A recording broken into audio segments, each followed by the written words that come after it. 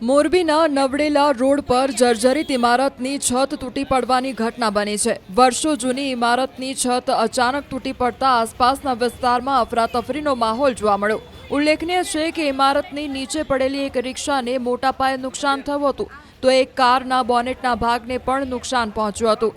મહત્વનું છે કે જ્યારે આ જર્જરિત ઇમારતની છત ધરાશાયી થઈ તે સ્થળેથી 24 કલાક લોકોની અવરજવર થતી રહે છે, પરંતુ જ્યારે આ ઘટના બની ત્યારે કોઈ વ્યક્તિ ત્યાં હાજર નહીં હોવાથી સદનસીબે જાનહાનિ ટળી હતી। આ ઘટનાને પગલે સ્થાનિકોમાં પણ ભયનો માહોલ જોવા મળ્યો હતો।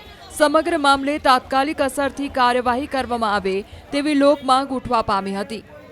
हाँ आना पहला अमे कही थी ने तो थोड़ुंक ज पाणी वया गया था ए लोको पण आटલું થોડુંક રાખી દીધું હતું ને પડે પડે એવું જ હતું પણ એ થોડુંક જ પાડીને વયા ગયા। હવે આ બધું આવીને પડ્યું છે તો આનું બધું ભુગતાન કોણ કરે?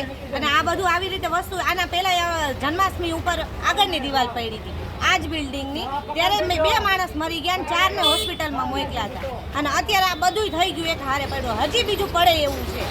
तो आमा हजी बीजा पड़े तो केटलायनु आमा मृत्यु थई जाए तो एनी जिम्मेदारी कोण उपाड़े? तो आ महानगरपालिकाने थोड़ुंक आमा जोवुं जोईए ने आना लीधे थोड़ुंक तो ई लोकने જરાક જોવું જોઈએ કે આમાં મરે એવું છે ને। આ પાછું મેઇન રોડ છે, 24 કલાક આ રોડ ચાલુ રહે છે, અહીંયા બધું દુકાનો વાળો જ એરિયો છે, તો ઈ જરાક મહાપાલિકાને આ બધું જોવું જોઈએ।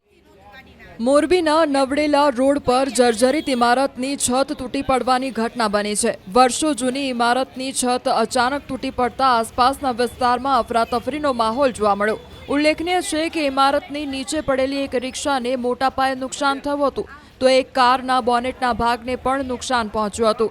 મહત્વનું છે કે જ્યારે આ જર્જરિત ઇમારતની છત ધરાશાયી થઈ તે સ્થળેથી 24 કલાક લોકોની અવરજવર થતી રહે છે, પરંતુ જ્યારે આ ઘટના બની ત્યારે કોઈ વ્યક્તિ ત્યાં હાજર નહીં હોવાથી સદનસીબે જાનહાનિ ટળી હતી।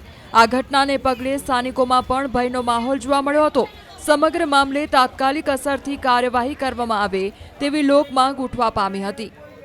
हाँ आना पहला अमे कही थी ने तो थोड़ुंक ज पाणी वया गया था ए लोको पण आटલું થોડુંક રાખી દીધું હતું ને પડે પડે એવું જ હતું પણ એ થોડુંક જ પાડીને વયા ગયા। હવે આ બધું આવીને પડ્યું છે તો આનું બધું ભુગતાન કોણ કરે?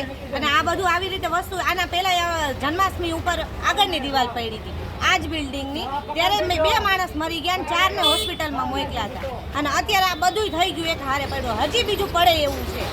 तो आमा हजी बीजा पड़े तो केटलायनु आमा मृत्यु थई जाए तो एनी जिम्मेदारी कोण उपाड़े? तो आ महानगरपालिकाने थोड़ुंक आमा जोवुं जोईए ने आना लीधे थोड़ुंक तो ई लोकने જરાક જોવું જોઈએ કે આમાં મરે એવું છે ને। આ પાછું મેઇન રોડ છે, 24 કલાક આ રોડ ચાલુ રહે છે, અહીંયા બધું દુકાનો વાળો જ એરિયો છે, તો ઈ જરાક મહાપાલિકાને આ બધું જોવું જોઈએ। અને અમારી ગાડીની જોવો હાલત થઈ ગઈ છે કેટલી, અમારી ગાડી ભૂકા ભાજી થઈ ગઈ છે।